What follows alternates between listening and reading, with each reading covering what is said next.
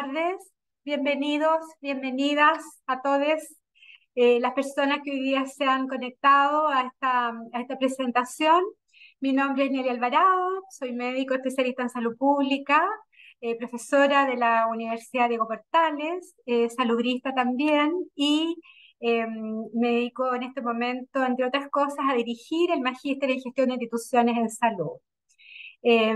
Hoy día tengo la alegría, el privilegio y la fortuna de presentar a la persona que hará la presentación, que es la doctora Tania Herrera Martínez. Ella es médica cirujana de la Universidad de Chile, es especialista en salud pública y magíster en salud pública, y además tiene un MBA de la Escuela de Negocios de la Universidad de Chile. Desde el año 2012, la doctora Herrera trabaja para el Ministerio de Salud, fue directora del programa de tuberculosis, jefa del Departamento de Enfermedades Transmisibles hasta el año 2018.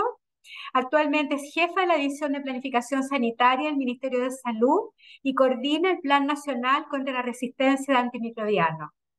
La doctora Herrera colabora con la Organización Panamericana de la Salud como consultora del programa de tuberculosis.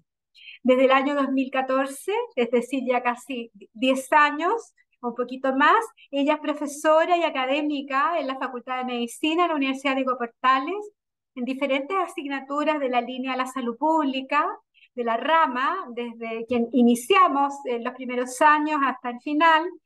y actualmente ella es docente, profesora y además es miembro del comité académico del Magíster en Gestión de Instituciones de Salud.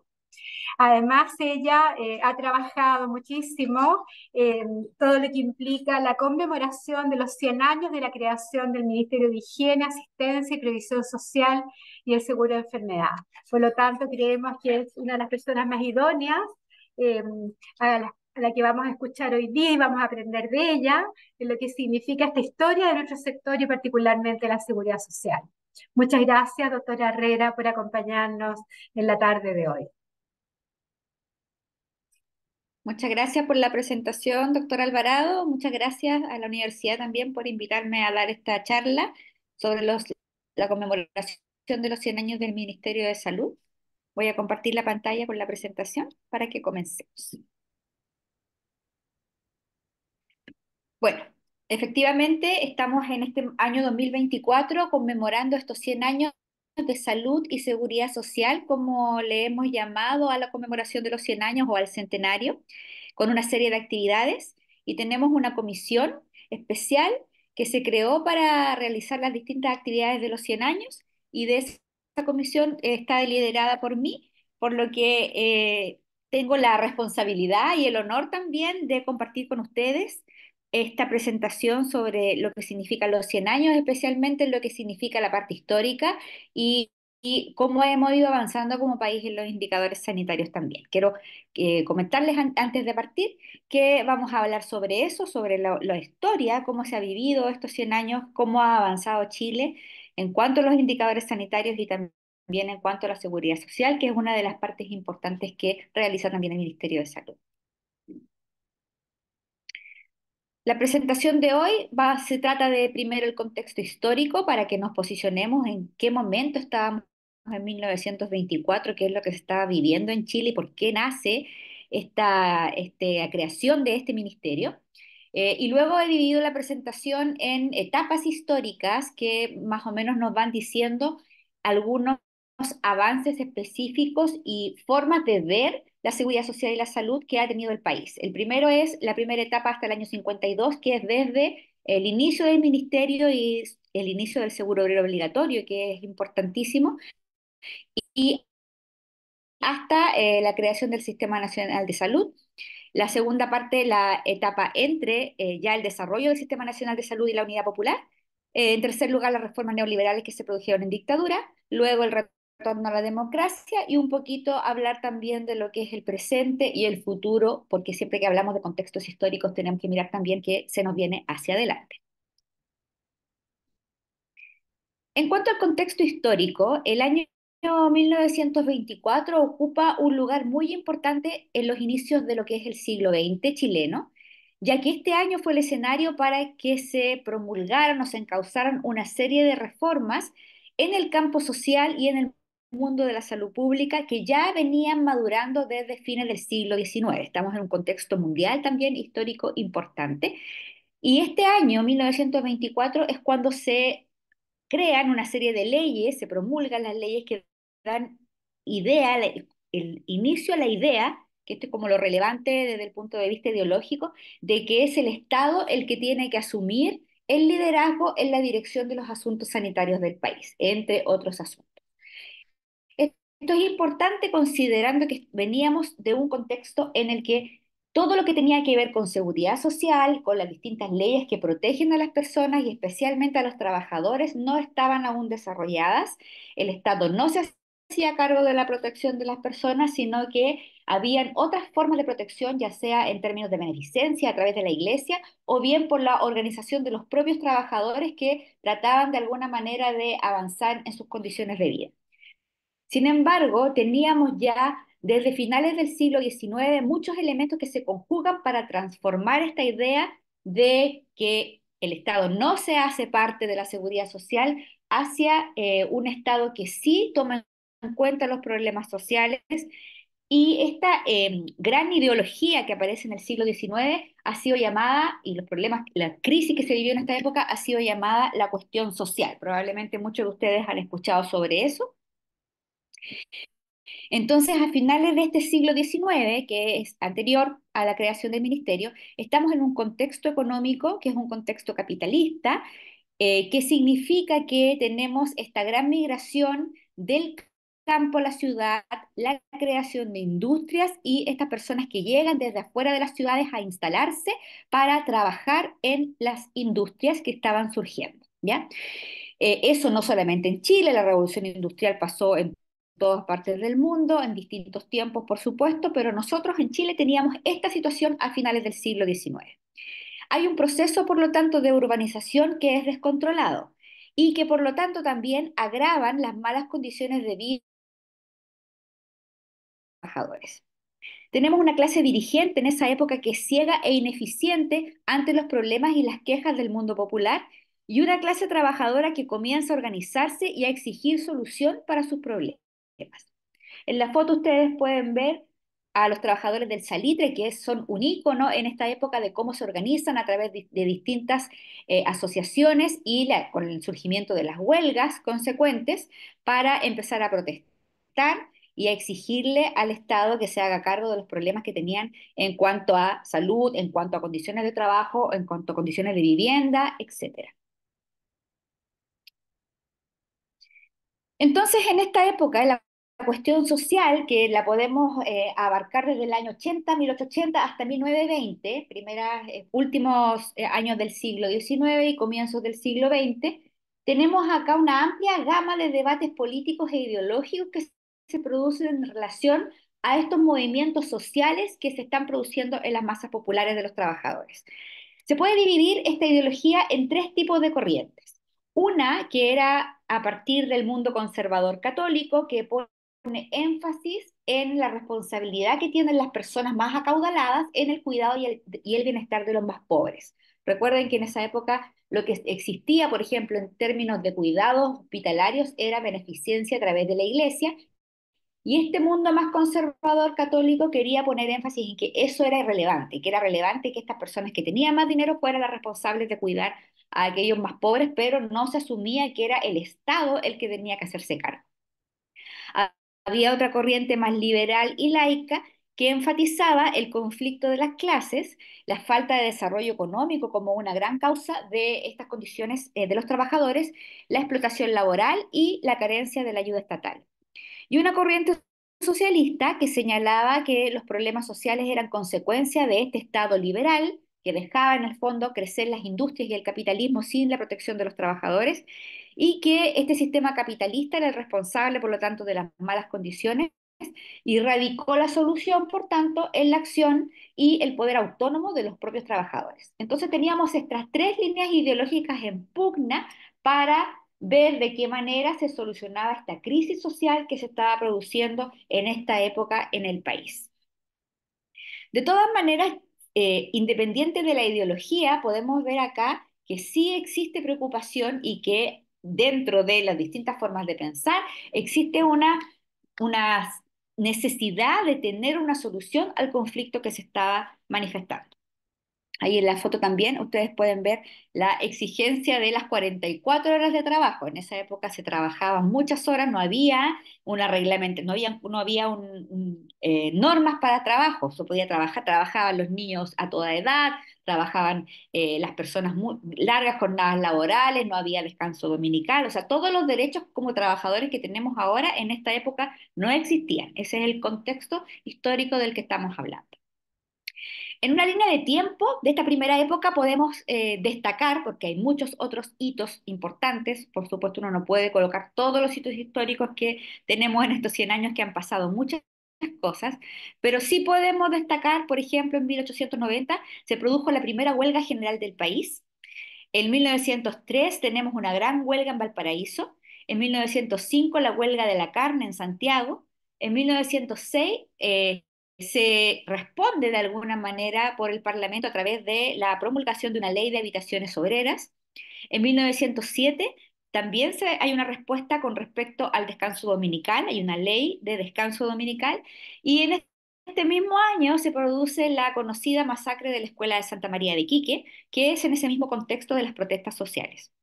En 1915 también la famosa ley de la silla, que hace que los trabajadores que se dedican al comercio tengan posibilidad de tener una silla al lado para descansar y no estén todo el tiempo de pie. Y en 1916 una primera ley de accidentes del trabajo. Entonces vemos acá dos cosas. Uno es que existe una efervescencia social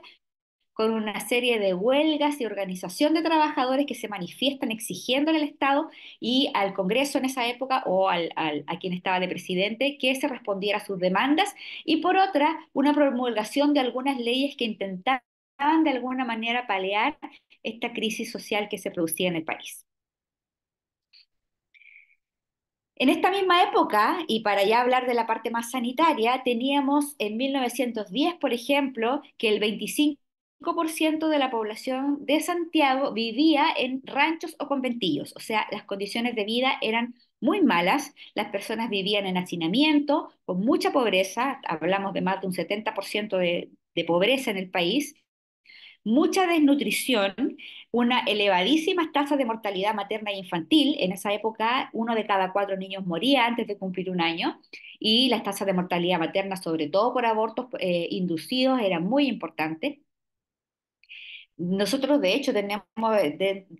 fuimos campeones en tasas de mortalidad por enfermedades infectocontagiosas o materno-infantiles en esta época, cosa que cuando uno no conoce la historia se admira porque ahora tenemos los indicadores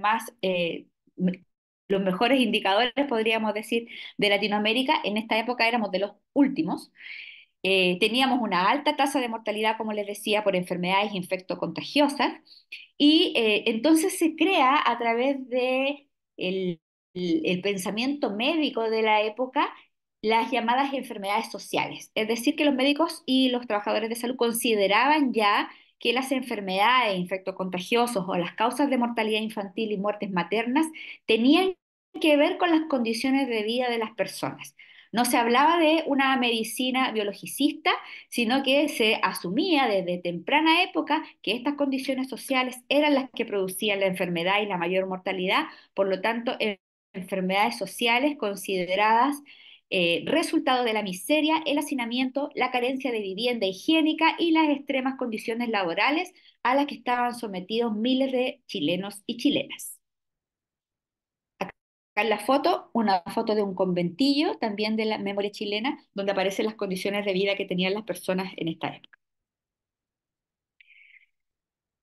Un poco de la tuberculosis, que como la doctora nombró, me dedico bastante a esta enfermedad, pero es muy relevante en el contexto de los 100 años, ya que es la enfermedad que más alta mortalidad producía en Chile en la época. Teníamos las tasas más altas también, probablemente del mundo. Era la que mayor muertes ocasionaba,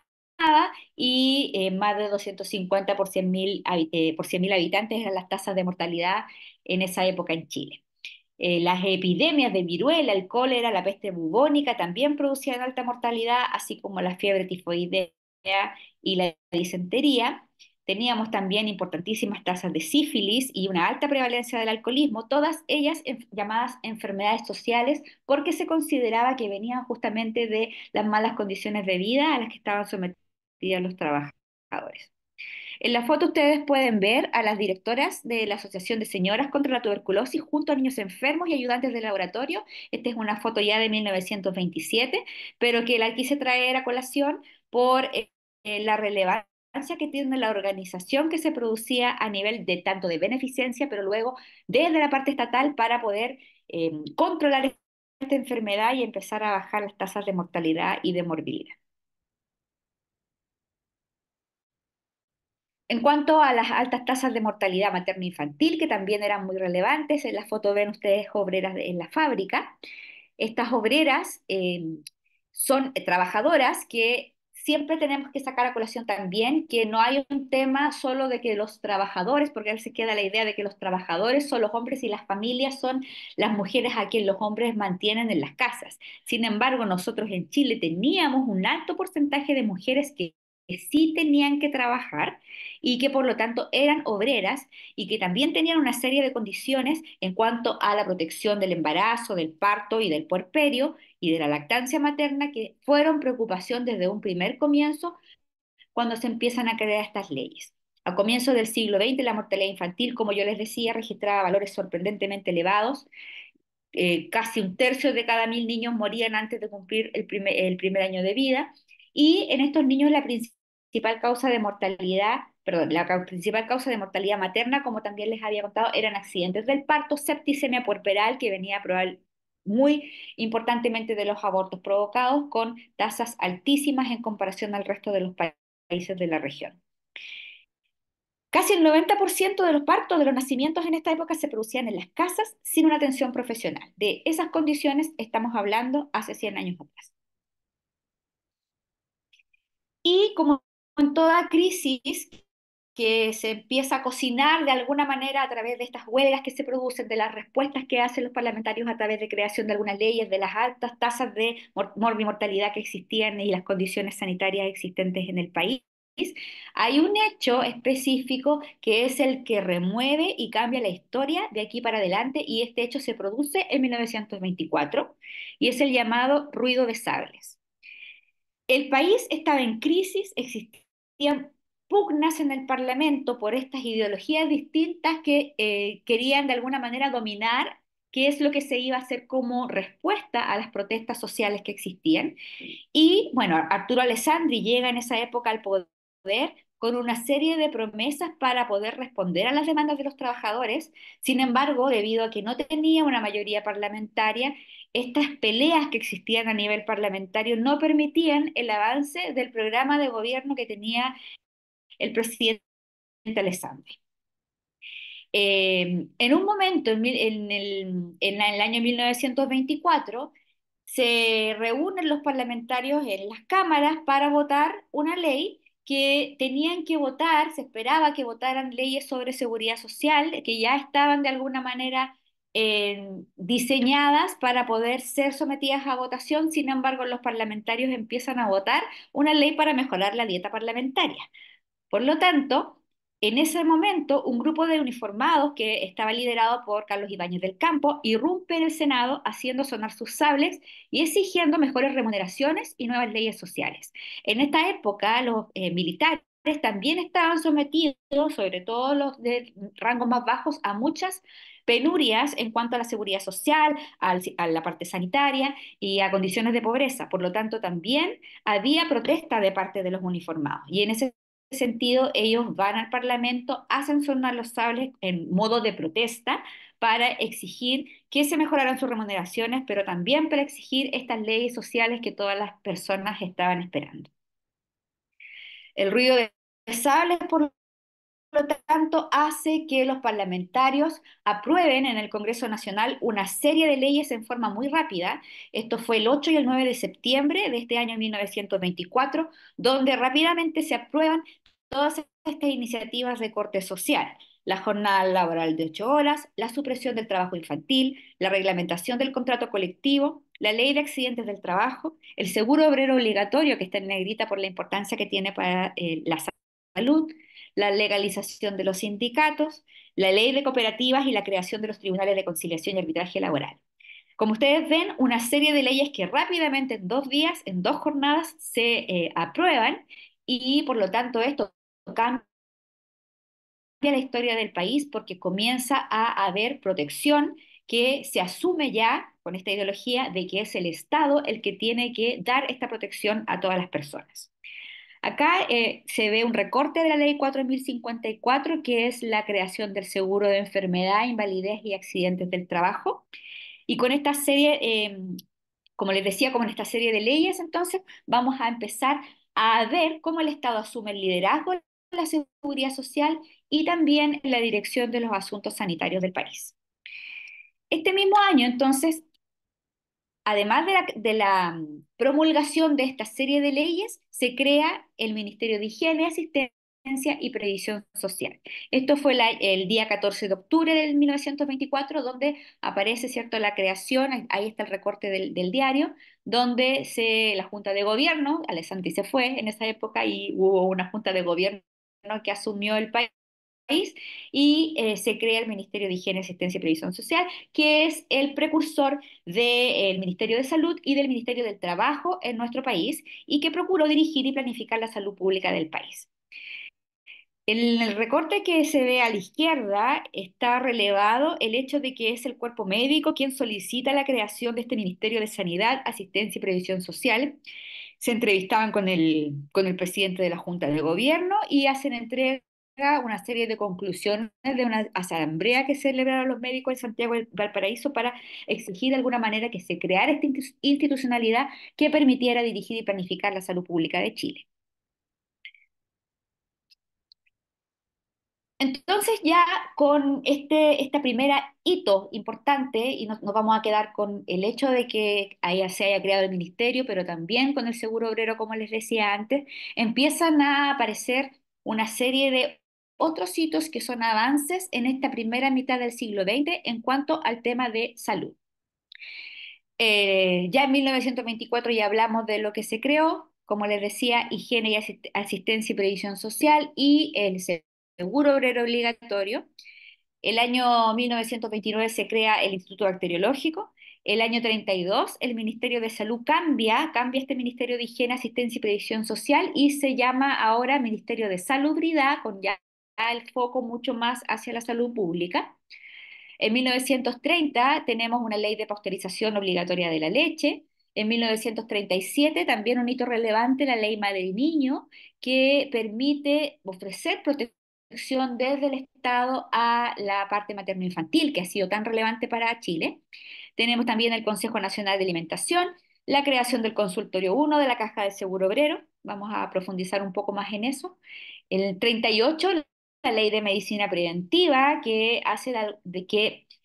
miremos también la salud no solo como respuesta a la curación de enfermedades, sino que a ir a buscar con anticipación y prevenir en los trabajadores la aparición de estas enfermedades,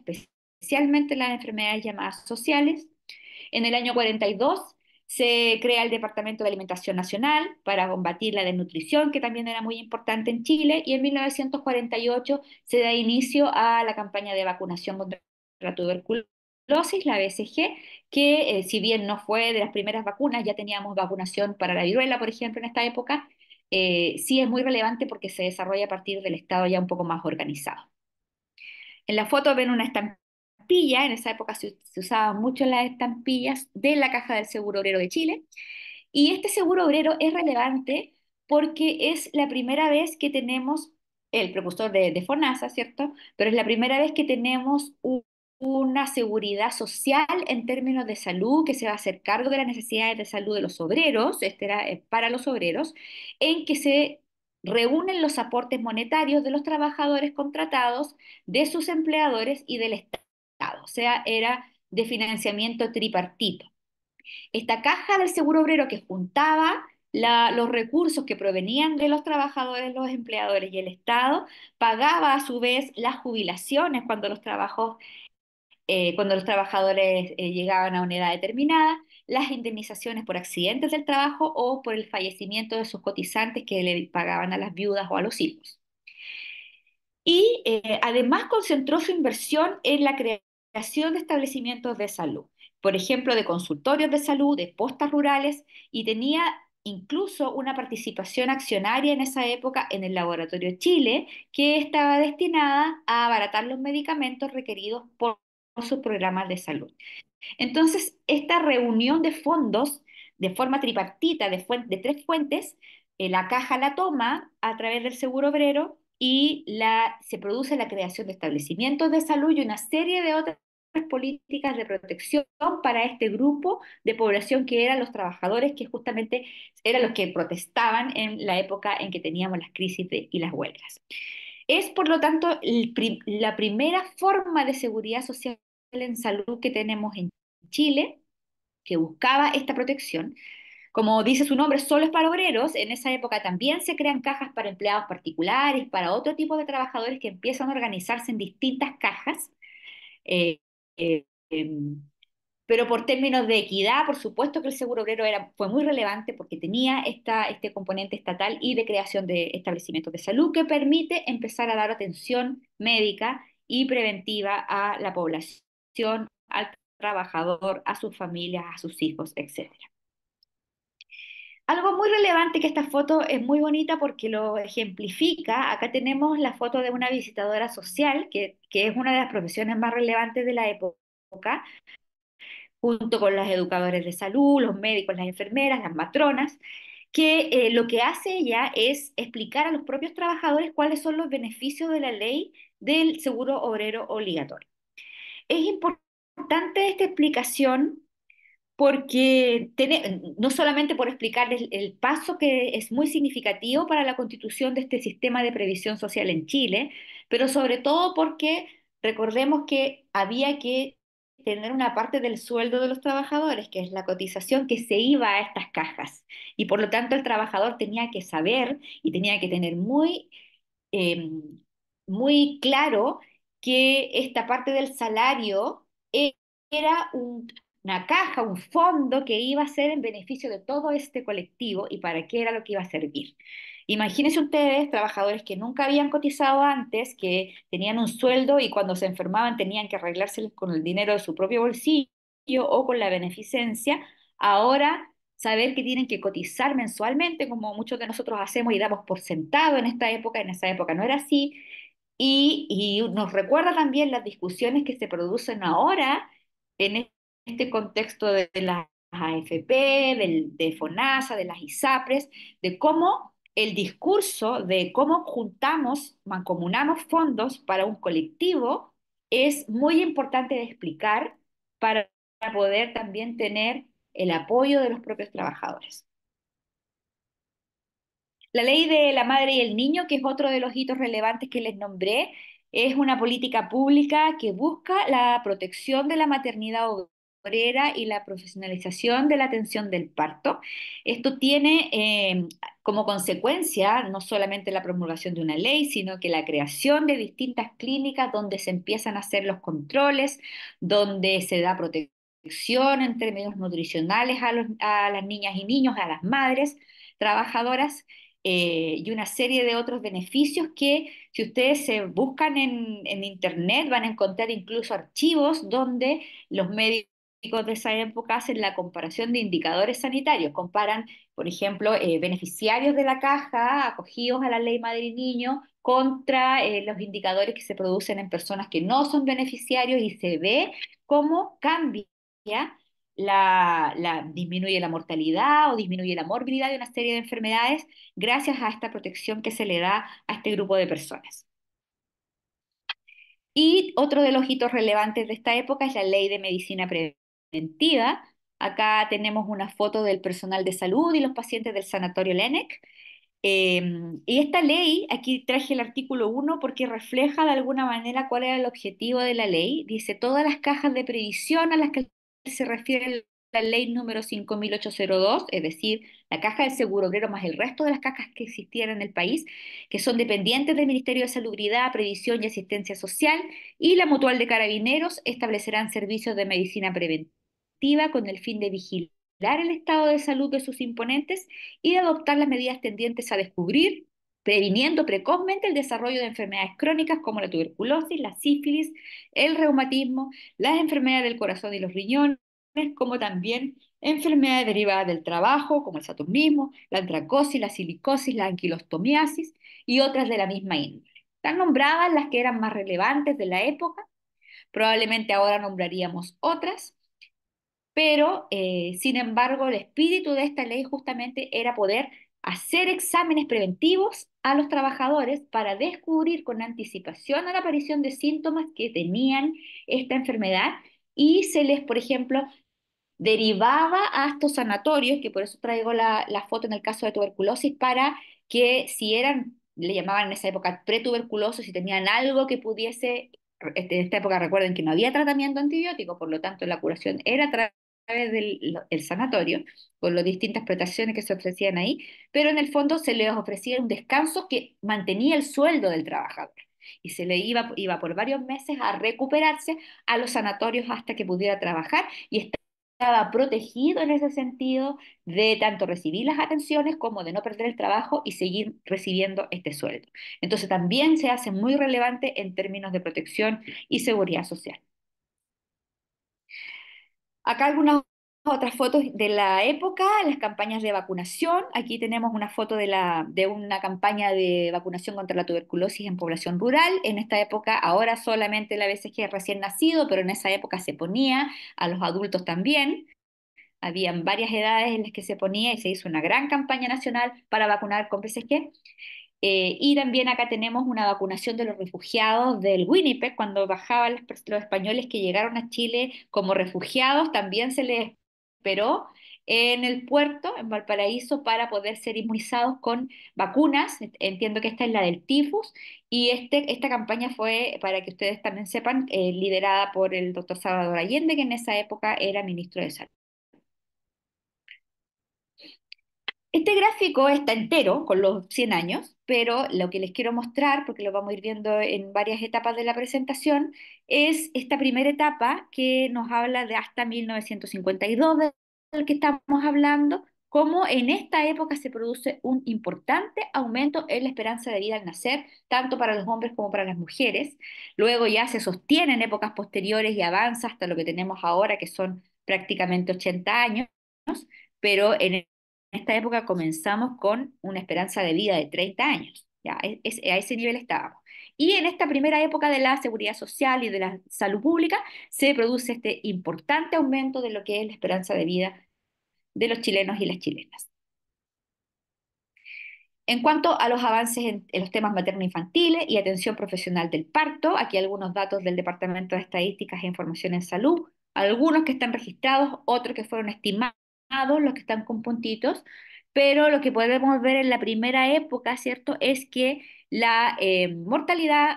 la azul es la mortalidad, la razón de mortalidad materna, como aquí se produce todavía un aumento, todavía no llegamos a tener no empezamos con la caída en esta primera época, pero sí un aplanamiento en cuanto a lo que es mortalidad infantil y el aumento progresivo de lo que es la atención profesional del parto y el parto también en el hospital. Entonces, en la primera época aún los indicadores están más o menos planos. Es esperable porque estamos recién empezando a tener protección, a tener establecimientos de salud, a tener programas de salud, pero vamos a ir viendo después para que se fijen después cómo esto cambia ya en los años que vienen posteriormente. Ya pasando a la segunda mitad del siglo XX, vamos a tener otra serie de hitos que partimos en esta presentación con la creación del Servicio Nacional de Salud, el SNS, en el año 52. Este Servicio Nacional de Salud eh, es promulgado a través de una ley, ¿cierto? También, y que es un organismo que se encarga de la protección de salud ya para toda la población y del fomento y recuperación de la salud de los obreros, su esposa e hijos hasta los 15 años. La diferencia que tiene con el seguro obrero es que ya amplía la cobertura, o sea, aquí tenemos muchas otras cajas que se unen, porque lo que pasaba hasta esa época, como yo les contaba, es que estaba la caja del seguro obrero que tenía sus establecimientos para sus obreros, para sus afiliados, pero habían otras cajas para distintos tipos de profesiones, entonces estaba un poco segregado el sistema, y por otro lado, cuando no era un trabajador contratado, no había cobertura, entonces nos faltaba bastante cobertura a nivel nacional y el Sistema Nacional de Salud lo que hace es reunir todo esto a través de un único organismo que se llama Sistema, el Servicio Nacional de Salud, ¿cierto? Y que es, como su nombre lo dice, nacional y que ofrece una amplia cobertura, lo que permite llevar una serie de programas a mucha más población. Si bien nunca en Chile hemos tenido el 100%, en toda la historia nunca hemos tenido toda la población cubierta bajo un mismo sistema, sí este sistema de Servicio Nacional de Salud nos permite tener una amplia cobertura. Y esto produce consecuencias muy positivas para los indicadores sanitarios. En el 54 se crea el Programa Nacional de Alimentación Complementaria, en el año 55 se produce la floración del agua potable y también la creación del programa de los médicos generales de zona, que era muy relevante para poder llevar médicos a áreas rurales en el mismo contexto de aumento de cobertura de la atención a través del Servicio Nacional de Salud. Entre el año 61 y 64 hay una campaña de vacunación contra la poliomielitis y una campaña de vacunación contra el sarampión, enfermedades que ahora tenemos eliminadas del país. El año 67, la Política Nacional de Regulación de la Fertilidad, también es un hito muy relevante. Acá ya estamos en presencia de la creación, el invento de la pastilla anticonceptiva y también del aumento de cobertura en cuanto a regulación de fertilidad, no solo con anticonceptivos orales, sino que también y en especial con los dispositivos intrauterinos, lo que hace un cambio muy relevante en cuanto a la salud de las mujeres, especialmente. En el año 68, la ley de accidentes de trabajo y enfermedades laborales, tal como la tenemos hasta ahora. El año 71, la campaña de distribución del medio litro de leche, aquí ya estamos en la Unidad Popular. Y en el año 73, la creación del Programa Nacional de Control de la Tuberculosis, que aunque venía haciendo muchas acciones desde comienzos del siglo XX y antes, ya se establece como un programa nacional para dar cobertura al 100% de la población. Entonces, ustedes pueden ver este avance importante tanto en políticas públicas como en lo que es la cobertura de las prestaciones de salud. Algunas de estas fotos, de estos hitos, acá lo tenemos en fotos. Tenemos aquí, por ejemplo, los funcionarios del Hospital de Teno. O sea, y le quise traer esta porque para relevar no solo que estaban los hospitales grandes, sino que hay hospitales pequeños en todo Chile. Aquí hay una creación de establecimientos de salud muy importantes, tanto de hospitales como de centros de atención primaria. Este Servicio Nacional de Salud es una estructura nacional con una amplia cobertura, tiene una red de hospitales de mayor complejidad, de mediana complejidad, consultorios periféricos y hasta postas rurales, por lo tanto permite abarcar el territorio completo. Tiene además acciones integrales en salud como programas de distribución de leche y de alimentación complementaria, programas de alimentación especiales para población, control del niño sano, que también se hace muy relevante en esta época, control de la embarazada, la atención profesional del parto, las distintas vacunas a la población infantil y también adultos, y temas de saneamiento ambiental que también eran relevantes para la salubridad. Se produce también un fortalecimiento importante de la relación con las facultades de medicina, esto de que necesitábamos para un sistema nacional de salud tener médicos y otros profesionales de salud, que los equipos completos que pudieran estar en estos establecimientos que se estaban creando a lo largo de todo el país y por lo tanto hay una relación importante con las facultades de medicina para tener médicos y además que estos médicos pudiesen ir a región a través del programa de los generales de zona y no menos relevante, la creación de toda una cultura sanitaria en que el país, sobre todo aquí con el tema de la educación sanitaria es muy relevante, las personas confían en su autoridad sanitaria, confían, no se llamaba así en esa época, pero confían en su sistema de salud, confían en las indicaciones que se les dan, confían en la vacunación y en las distintas formas de prevenir enfermedades y por lo tanto hay una cultura de las personas de ir también a los controles. No habríamos sacado nada con establecer hospitales o hacer campañas de vacunación si la gente rechaza ir para allá. En Chile tuvimos una, una unión entre lo que es la política pública y también la respuesta de las personas a confiar en estas instituciones y a acudir a ellas. Algunas fotos de esta época, este es del Programa Nacional de Alimentación Complementaria con la tradicional leche purita que se repartía en los establecimientos de salud, aún se hace con otros formatos, pero aquí tenemos la más conocida en términos históricos, que es una política transversal y universal, por lo tanto para todas las personas del Estado de Chile, que esté enfocada en mejorar la nutrición de la población. Tenemos lo que les contaba antes, la regulación de la fertilidad, que también es una política nacional que buscaba disminuir la mortalidad materno-infantil, promover el bienestar de la familia y que masifica el uso de los métodos anticonceptivos.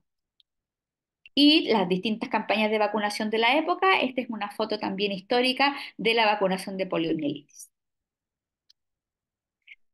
Los avances en esta época, por lo tanto, si nos situamos ya mucho más acá, en esta parte de acá, vemos cómo seguimos aumentando la esperanza de vida al nacer, tanto en hombres como en mujeres. Y ya en esta época del año 52, que estamos por aquí,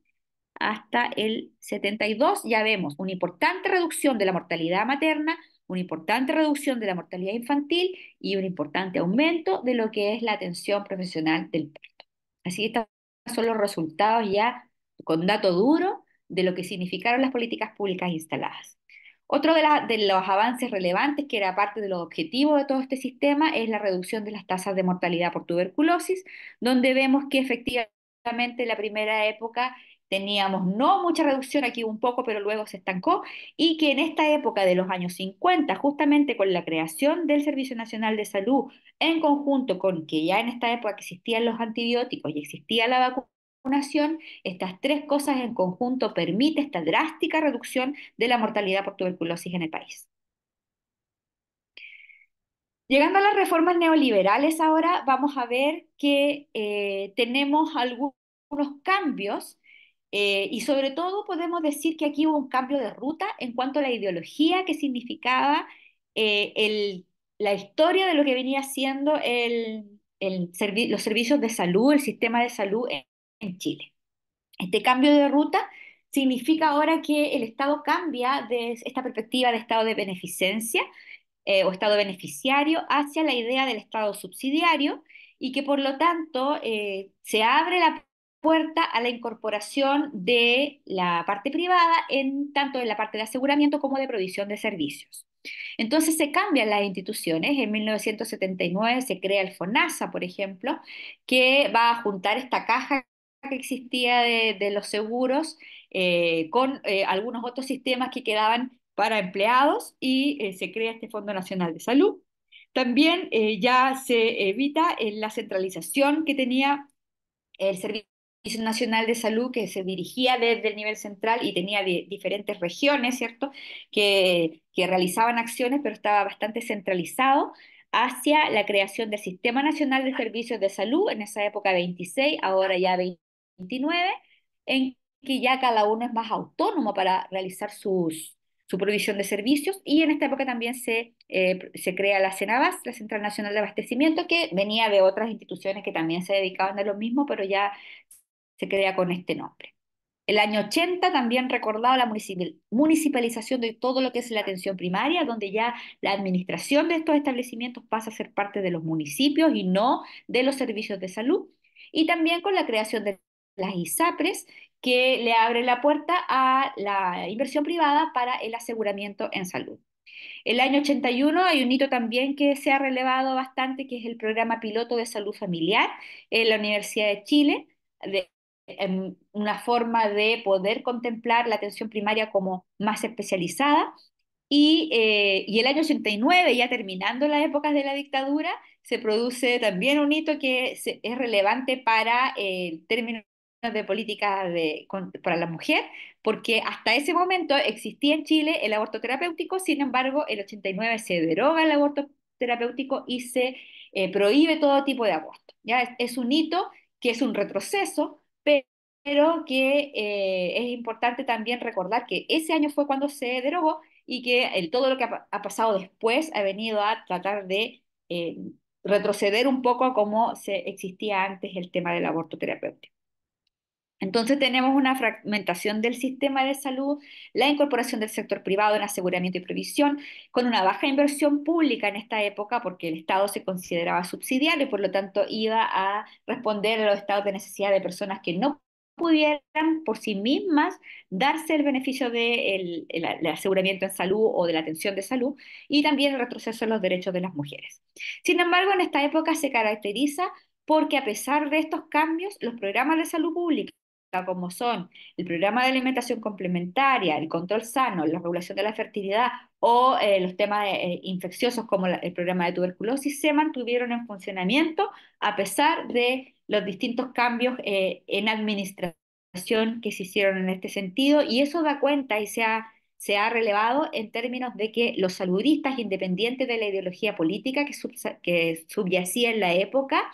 y de la propia ideología política de cada uno, siempre en Chile se ha relevado el tema de la evidencia científica y por lo tanto todos estos programas que eran conocidos por tener buenos efectos en la población se mantuvieron en curso.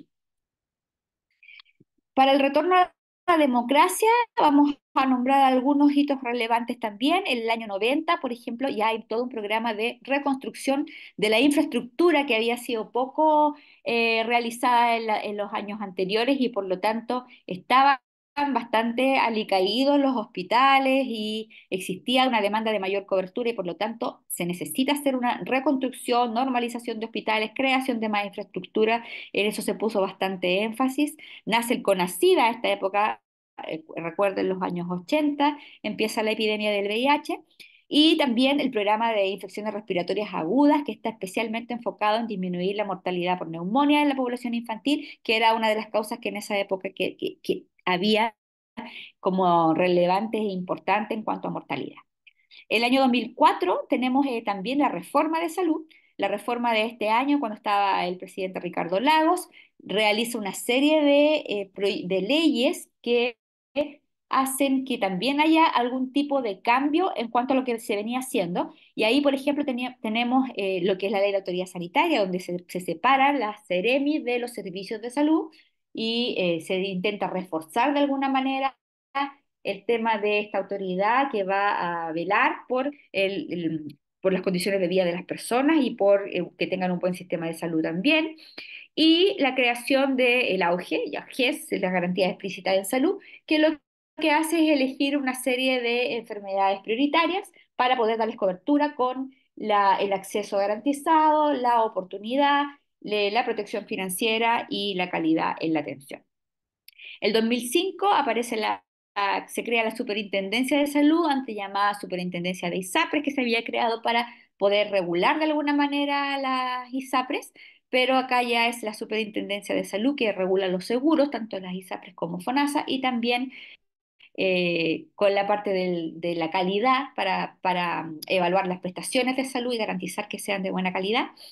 El año 2006, el Sistema Integral Chile Crece Contigo, que produce también un cambio de paradigma en el sentido de ampliar esta mirada hacia no solo el Ministerio de Salud haciéndose cargo de temas sanitarios, sino que una visión mucho más integral donde aborde distintos ministerios, distintas áreas del gobierno y del Estado para poder avanzar hacia una mayor protección de las personas. Chile Crece Contigo es un sistema integral que es intersectorial y por lo tanto ahí vemos un cambio de paradigma también importante. El 2011, de la misma manera que el Chile Crece Contigo, el programa Elige Vivir Sano, que también es un programa intersectorial que busca reducir las enfermedades crónicas no transmisibles, especialmente lo que es las cardiovasculares y la obesidad, y que está también constituido por distintos ministerios. El año 2012 se promulga la Ley de Derechos y Deberes de los Pacientes, que estaba ya también era parte de la reforma de 2004, pero que se demoró mucho más. El año 2012 ya se puede decir que tenemos la ley. Y el año 2015 también con las nuevas lo, lo nuevo que va surgiendo cuando ya tenemos cubiertas las otras patologías y los otros indicadores sanitarios empiezan a hacerse más relevantes problemas que antes tal vez no veíamos, como son las enfermedades que son menos frecuentes y sobre todo las de alto costo. Y en ese sentido se promulga la ley Ricardo Soto, que también es una ley que busca la protección financiera de estas enfermedades de alto costo. Y dentro de todo esto, ya el año 2005, pero que trata de abordar desde la década de 2000, aparece la Estrategia Nacional de Salud, que es una serie de indicadores que van a priorizar hacia dónde queremos ir como país en una década, ya estamos en nuestra tercera versión, y que lo que hace justamente es tomar todo lo que hay, ver cuál es la situación actual del país. En esta primera época del año 2000, mediados del 2000, se da cuenta de cómo se han producido avances, que tenemos una mucho más baja mortalidad infantil y materna, que las enfermedades infectocontagiosas han bajado su mortalidad y su morbilidad y por lo tanto aparecen nuevos desafíos y lo que intenta hacer entonces la estrategia es avanzar hacia aquellos nuevos desafíos sin perder, por supuesto, lo que se ha logrado en términos materno-infantiles o infectocontagiosos. Entonces, y esto nos topa también, nos llega con una transición epidemiológica evidente, donde ya las infecciosas, ¿cierto?, no son la primera causa de mortalidad como lo era a comienzos de siglo. Tenemos también la necesidad de mantener, como les decía, estos logros sin descuidarlos y lo importante que significa combatir las inequidades. O sea, si bien tenemos muchos mejores indicadores, hemos avanzado un montón, cuando nosotros nos digregamos hacia poblaciones más específicas, vemos que existen sitios, poblaciones, grupos vulnerables a quienes los indicadores no son tan buenos como en lo que hablamos de población general y por lo tanto vamos a ir de lleno a combatir inequidades. Finalmente, la Estrategia Nacional de Salud también releva y todos estos sistemas de protección que son integrales, la importancia de asumir la necesidad de ir a paliar los efectos de los determinantes sociales de la salud. O sea, no solo el sistema de salud ofreciendo atención de enfermedad o incluso protección ante enfermedad, sino que necesitamos tener una promoción de la salud y ver la salud mucho más globalmente que solo a través del Ministerio de Salud, sino que tenemos que convocar y ser convocados también por los otros sectores para avanzar en salud y bienestar de la población. Una foto del programa de infecciones respiratorias agudas, que permitió la reducción de las hospitalizaciones, la disminución de la mortalidad infantil por neumonía. Aquí una foto también de quise ilustrar las garantías explícitas en salud, especialmente las que se atienden en atención primaria, como son las cardiovasculares, un paciente con hipertensión, y que son unas canastas de prestaciones para problemas de salud priorizados que están enfocadas, como les decía, en acceso, oportunidad, calidad y protección financiera. Y en Chile Crece Contigo, hay un ajuar que es de las prestaciones que se le ofrecen a todas las personas, con un sistema de protección integral de la infancia. Ahí ya no solo ley madre-niño, cómo avanzamos, protección de la infancia, desnutrición, desde salud, sino que integral a través de también convocar a los otros sectores a los que les compete el bienestar de esta población. Presente y futuro, tenemos que considerar que Chile ya no es el mismo Chile que existía hace 100 años. Hemos cambiado, tenemos nuevos indicadores, tenemos muchas mejoras, pero también nuevos desafíos. Aquí, por ejemplo, les traigo las tendencias globales que tienen que ver con salud, especialmente, si bien hay muchas más, pero el envejecimiento poblacional sabemos que es una de las tendencias globales que tenemos que combatir. Casi la mitad de la población mundial vive en un país con una fecundidad menos de 2,1. Nosotros tenemos una fecundidad muy baja, por lo tanto vamos a tener menos niños, lo que significa menos jóvenes, lo que significa menos población productiva y cada vez mayor cantidad de personas mayores que si seguimos con el mismo paradigma de que se jubilan, ¿cierto? Y son mantenidas por los jóvenes, se hace un poco imposible poder seguir manteniendo los niveles que tenemos ahora. Entonces, el envejecimiento poblacional es una mega tendencia con todo lo que trae para poder asumir y combatir. La migración, el otro gran tema global, entre el 2010 y el 2020, por ejemplo, 36 países del mundo tuvieron un flujo positivo de inmigrantes con más de 200.000 y eso es un tema que no solamente es relevante en Chile, sino que en muchas partes del mundo y que hay que de alguna manera tener políticas públicas especiales para eso, porque eso no se va a frenar.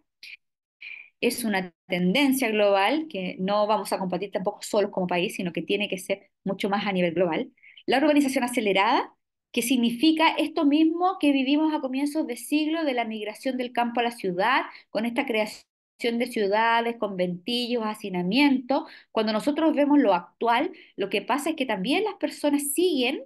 yéndose a las ciudades, urbanizándolas, a través de estos asentamientos urbanos que están alrededor de los lugares de trabajo, donde se producen una serie de consecuencias que se hacen difíciles de paliar en estas grandes urbes. Todo lo que es salud mental, los temas de violencia, los temas de pobreza urbana, que si bien personas viven en la ciudad o a lo mejor viven en menor cantidad que antes en conventillos y en viviendas precarias, todavía vemos viviendas precarias en forma importante y todo lo que son los factores de riesgo cardiovascular que ustedes conocen también tiene mucho que ver con esta urbanización descontrolada y acelerada que no permite una buena calidad de vida. No olvidar también que siguen existiendo las enfermedades transmisibles, nosotros no hemos dejado de tenerlas, tenemos enfermedades emergentes y reemergentes con epidemias y pandemias. Acabamos de vivir una pandemia en la que vimos que con todo este discurso anterior de que eran las crónicas no transmisibles las que había que combatir y que se olvidaba un poco el tema de las transmisibles y vimos que todo el sistema y el país completo se tuvo que enfocar y el mundo hacia un nuevo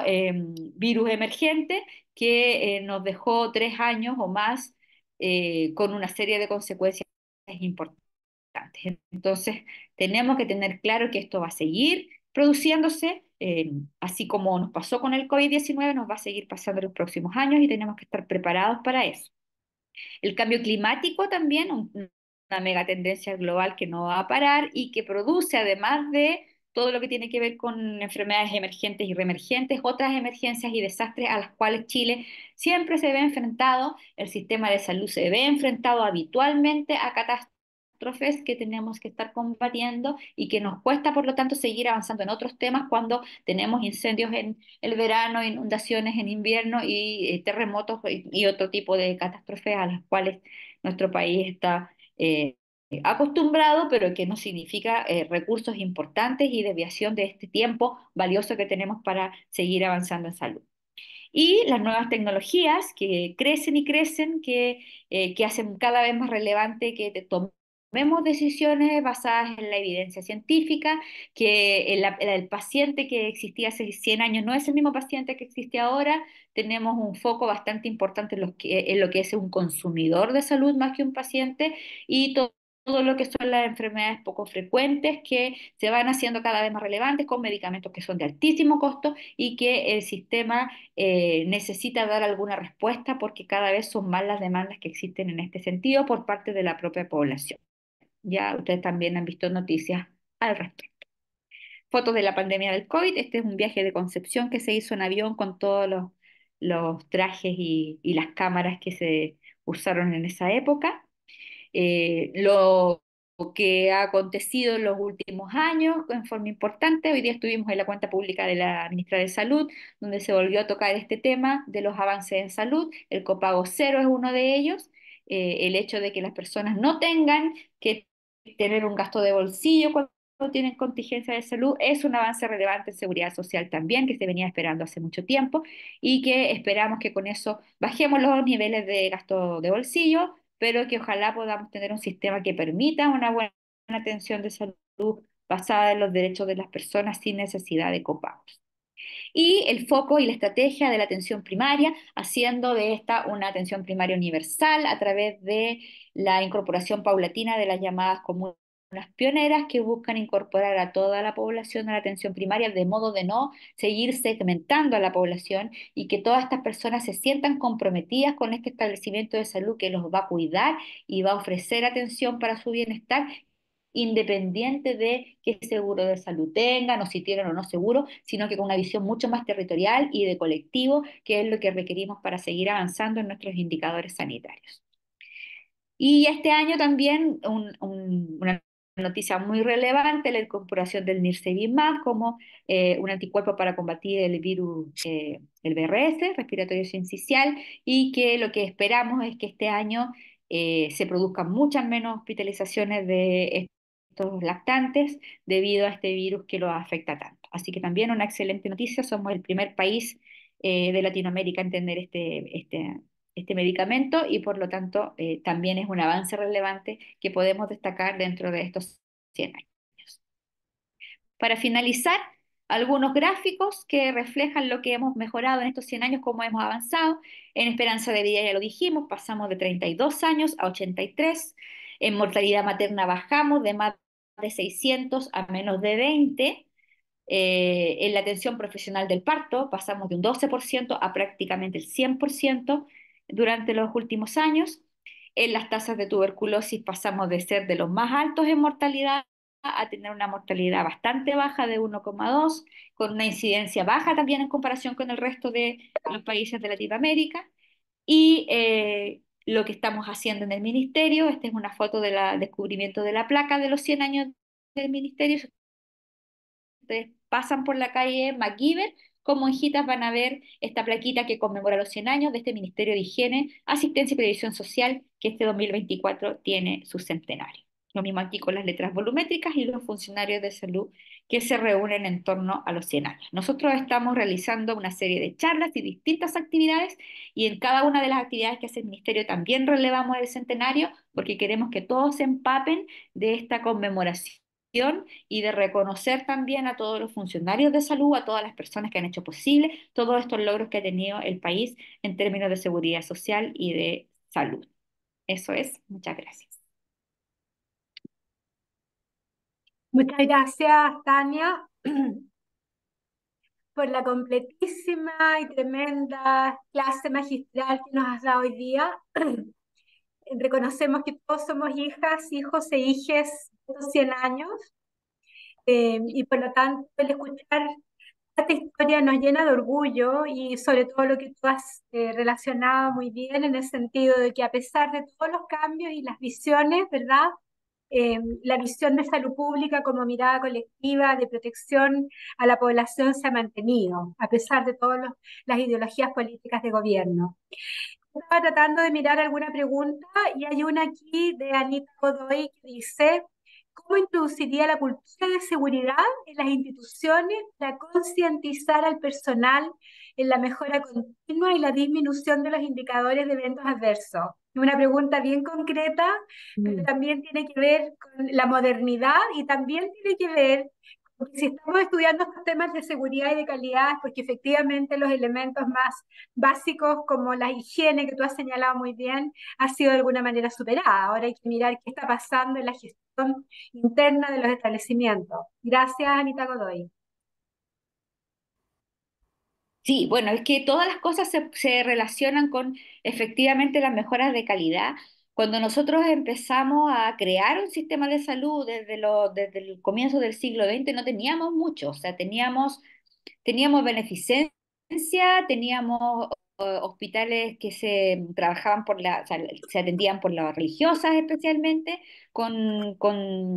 la caridad, de ahí sacaban financiamiento y que estaba dirigido a los pobres, pero si uno se fija en las acciones que se desarrollaban ahí, en esa época ni siquiera teníamos medicamentos, o sea, no habían antibióticos, entonces era más que nada el acompañar, pero si nosotros fuéramos a ver como la cultura de seguridad, como se entiende ahora, probablemente se espantaría. O sea, nos espantaríamos con las cosas que pudiesen haber sucedido en esa época. Cada vez más, cuando nosotros tenemos personas que ya tienen una cultura sanitaria, que ya saben que el Estado las protege, que ya saben que tienen derechos además, no solamente basta con tener una buena cobertura, con ofrecer una atención, sino que esto tiene que ser de calidad. Y con calidad nos estamos refiriendo también al tema, por supuesto, de la seguridad del paciente. Sabemos que, y aquí comentando otro tema que de lo que es experta la doctora Alvarado, pero sabemos que el hecho de estar en un hospital ya constituye un riesgo para muchas cosas. Yo siempre le digo a las personas, ojalá lejitos del hospital, mientras más lejos mejor, porque sabemos que los hospitales y la atención en sí puede generar riesgos, pero nosotros tenemos que ser capaces de tener un sistema de calidad que nos permita darle la garantía a las personas de que lo que le vamos a ofrecer es seguro, que no le vamos a hacer un daño y que al contrario nuestro objetivo es ir a sanarlo del problema de salud por el cual está hospitalizado, consultando o atendiéndose. Entonces, en el fondo, creo que es relevante como pensándolo a través de los ojos de los 100 años, de que hemos tenido muchas mejoras en avances sanitarios, hemos hecho acciones de salud pública que son colectivas para poder mejorar los indicadores, mejorar la esperanza de vida, disminuir la mortalidad materna, pero ahora tenemos que enfocarnos en estos otros espacios con mucho más eh, fortaleza para ir mejorando la calidad de cada una de las acciones. Cuando tenemos mucha mortalidad por algo, por ejemplo, ya reducir de 250 a 100 es harto, pero si nosotros nos vamos ahora a la cultura actual, es como cada una de esas personas tiene un derecho también a ser bien atendida y a tener la mejor posibilidad para sobrevivir incluso. O sea, ahora estaba viendo una noticia de una muerte de una niña por influenza y es como sale la noticia y a la gente le importa y investigamos qué pasa porque nos importa cada una de las personas. Probablemente hace 100 años eso no habría sido noticia porque se morían el 30% de los niños. Entonces eso no era una noticia. Todas las familias tenían muchos hijos y se morían muchos hijos y a nadie le importaba mucho. Ahora cada uno de esos niños importa y por lo tanto se investiga si se pudo haber hecho algo mejor o no. Entonces hay un cambio cultural efectivamente que vamos incorporando en nuestros funcionarios de salud para ir mejorando la calidad de las atenciones que ofrecemos. Tal vez yo complementaría eso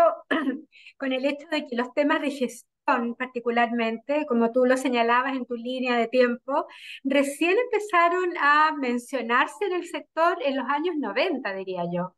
Porque en los años 90, con la asunción de los gobiernos de la concertación,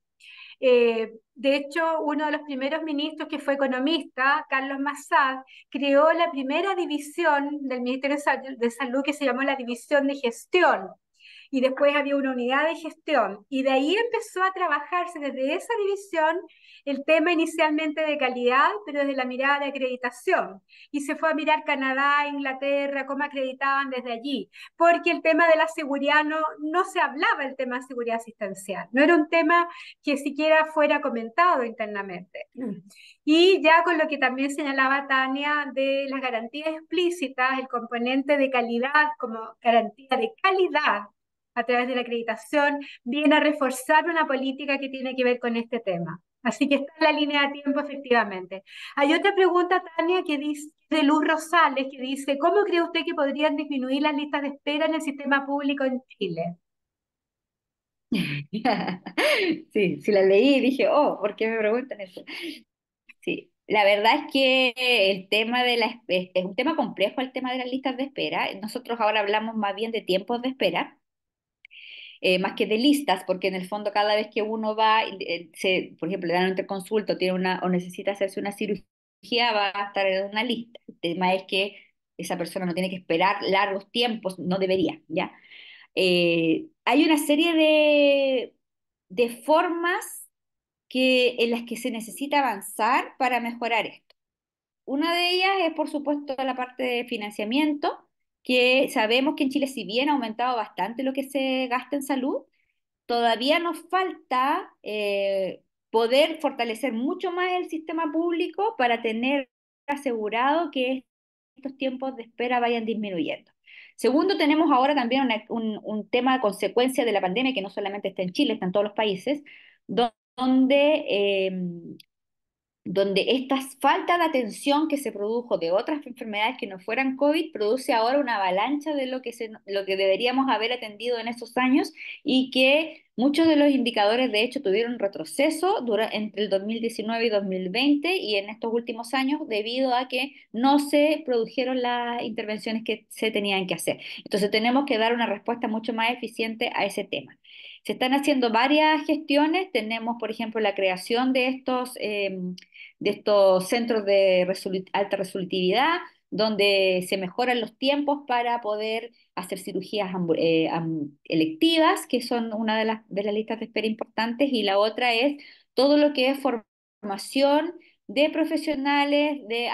a mejorar la resolutividad de la atención primaria también en cuanto a lo que son las listas de consulta especialidad. Entonces, no se puede dar una respuesta de esto es lo que hay que hacer. La verdad es que hay mucho que hacer. Todavía tenemos varias aristas que cubrir para poder seguir avanzando en lo que son los tiempos de espera. También tenemos todo lo que es la transparencia del sector, donde ya por primera vez, o sea, yo nunca lo había visto que alguien podía meterse en internet y ver si efectivamente estaba en la lista o no, porque yo me acuerdo que antes a alguien le decían está en la lista, pero uno tenía la incertidumbre de si efectivamente la habían ingresado o no. Ahora a través del portal paciente uno puede saber efectivamente si está en esta lista de los tiempos de espera y por otro lado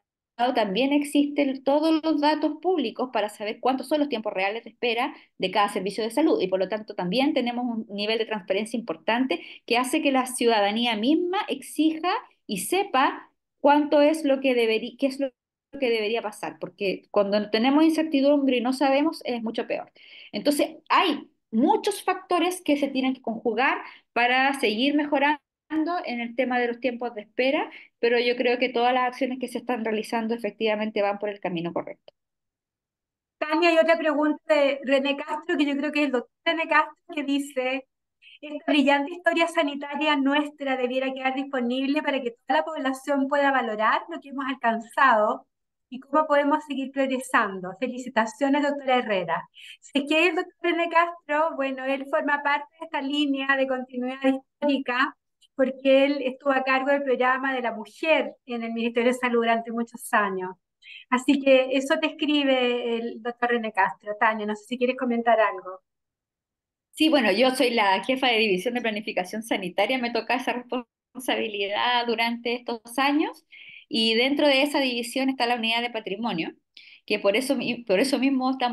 somos los que estamos encabezando este tema de la conmemoración de los 100 años y ahí hay una serie tenemos varios libros publicados de historia de distintos programas de la salud pública en Chile, trabajamos con un historiador incluso y va a salir también un libro, que creo que el próximo año, porque lo estamos terminando, nos faltaba un capítulo, sobre la historia del Ministerio de Salud, que va a dar cuenta también de todo esto. Entonces, hay actividades que están pensadas, hay temas de fotografías que hemos recopilado y que también las tenemos a disposición en la página web del ministerio. Si ustedes quieren verla, en www.minsal.cl hay un banner que dice 100 años y ahí están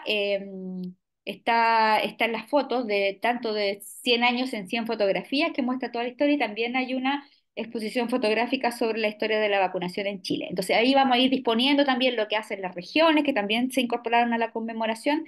Va a haber harto material para poder hacer lo que nos dice René, de seguir ahí teniendo, que no se pierda en el fondo, que todo esto que hemos tenido queremos graficarlo y tenerlo en distintos documentos para que quede para la historia, para que en 100 años más, que no vamos a estar nosotros, pero que los que estén en 100 años más también sepan lo que recopilamos en estos 100 años y desarrollen la historia completa. Hay otro comentario de René que es complementario al anterior, que dice, el comentario apunta a valorar los logros de la salud pública, más allá de la habitual desvalorización de los detractores que están en el mundo de la salud privada. Y Anita Godoy hace otro comentario que dice, soy una convencida de que el sistema público funciona y por ello toda mi vida, ya sea antes y después de iniciar mi vida laboral, he sido beneficiaria del sistema. A su parecer, ¿por qué cree que debido a que existe poca credibilidad que muchas veces nos encontramos con funcionarios públicos que son ISAPRE? Buena pregunta, Anita, bien desafiante. Sí, sí. Yo me lo he preguntado también hartas veces. La verdad es que efectivamente hay un tema de incertidumbre que es natural en el ser humano y que a veces cuando uno trabaja en el sistema, aún así, a pesar de los logros que se sabe que tiene, su nivel de incertidumbre es más importante es como el tema de los seguros que en el fondo dependen de cuánto tú seas adverso al riesgo. Eso es. Entonces, efectivamente, probablemente muchas personas, si tienen la posibilidad de asegurarse, de bajar estos niveles de incertidumbre a través de el pago a un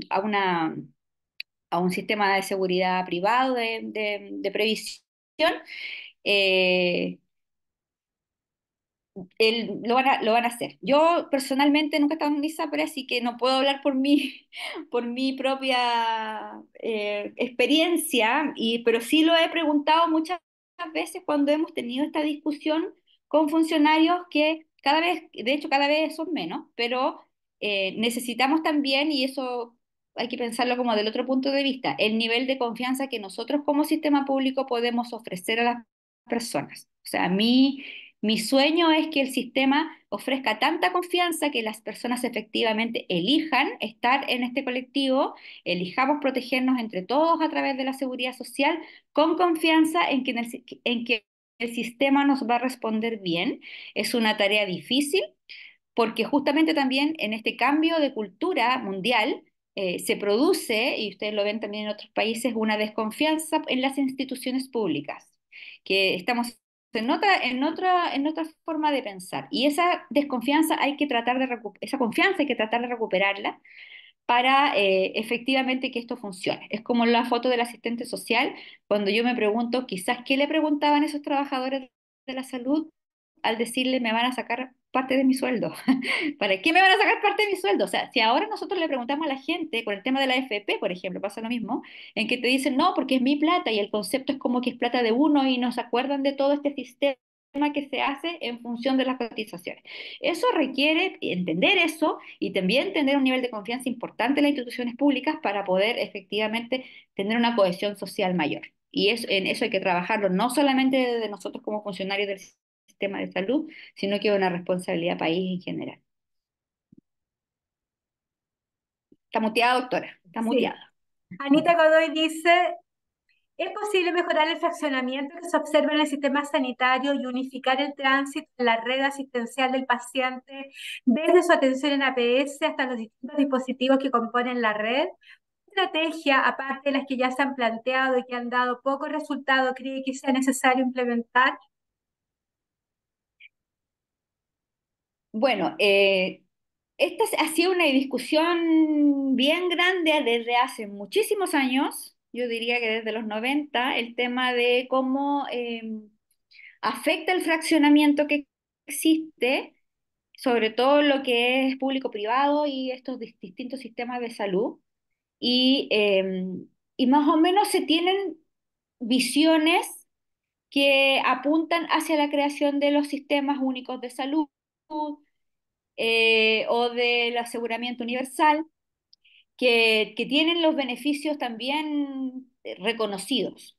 y que en otros países sí han funcionado. El tema es que eso implica una cohesión de las personas en cuanto a ideología política también, que es lo que nos ha costado harto en Chile. Los avances que se han producido han sido muy de poquito. Si ustedes se acuerdan, el programa del presidente Boris traía el sistema único de salud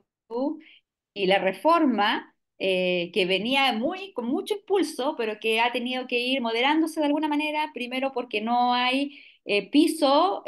para poder realizar este tipo de reformas tan importantes de una vez, y segundo por todo lo que pasó con el tema ISAPRES en relación a los fallos de la Corte Suprema, que por otro lado sirvió también, que la gente se acuerda como del tema de ISAPRE en que en la deuda, en lo que tienen que pagar, en la ley corta, pero que esa ley también nos va a servir porque es lo que logramos, el fortalecimiento del FONASA, ¿cierto? A través de, bueno, mucha gente se ha incorporado de nuevo a FONASA y por otro lado la creación de esta nueva modalidad de cobertura con seguros complementarios que va a tener FONASA. Entonces, este avance igual es relevante, ¿ya? Fortalece FONASA y la idea y el camino, que yo por lo menos creo, es este aseguramiento que sea único,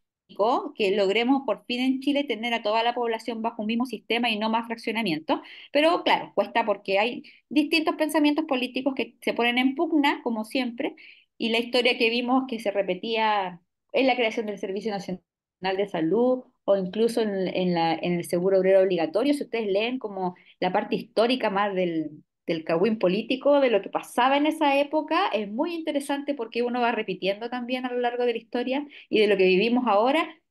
las mismas formas de pensar ideológicas de qué es lo que mejor conviene al país o las defensas que se hacían de distintas cosas son las mismas que escuchamos ahora también. Entonces vamos como país haciendo este juego de ir avanzando.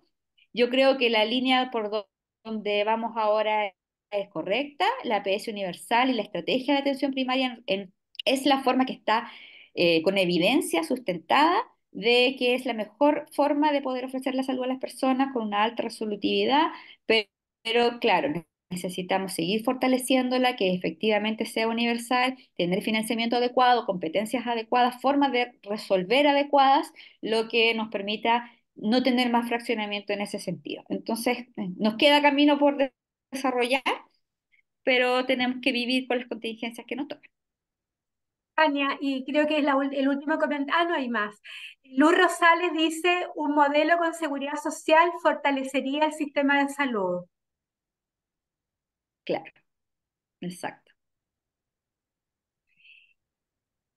Y hay otro comentario de Anita Godoy que dice, muchas gracias por su respuesta, doctora Herrera. Estoy totalmente de acuerdo con usted respecto a que para asegurar que nuestro sistema es exitoso, debemos como funcionarios igual creernos que sí se puede. Igualmente sueño con una salud que avance en nuestro país a políticas más, por así decirlo, comillas gremialistas, en vez de comillas partidistas. Sí, bueno, son los grupos de interés que siempre cuando queremos avanzar en reformas tienen que conversar y ponernos de acuerdo, porque sin acuerdos no avanzamos para ninguna parte.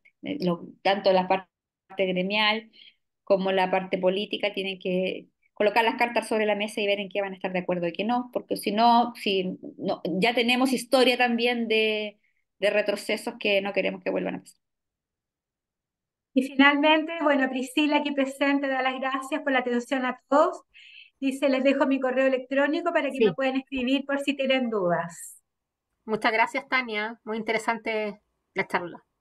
Sí, yo De también te doy nada, las gracias, gracias. Tania. Creo que ha sido muy, muy importante esta presentación, un tremendo aprendizaje para todos y sobre todo mirar hacia atrás y ver que parece que no lo hemos hecho tan mal. Y todo lo que vemos tan mal ahora es precisamente parte de los desafíos que tenemos a futuro. Y otra cosa, a lo mejor no tendríamos tanta gente esperando si la expectativa de vida fuera 50 años menos de lo que tenemos ahora, porque gran parte de esas personas ya no estarían vivas, ¿verdad? Y ahora nos están tocando las puertas para que las atendamos. Entonces, gran Exacto. parte de los mismos logros de salud pública están siendo ahora nuestros desafíos, ¿verdad? Y ahí tenemos que ir en permanente resiliencia. Muchas gracias y buenas noches a todos y a todas. Muy buenas noches. Muchas Chao, gracias buenas por la noches. invitación. Chao, chao.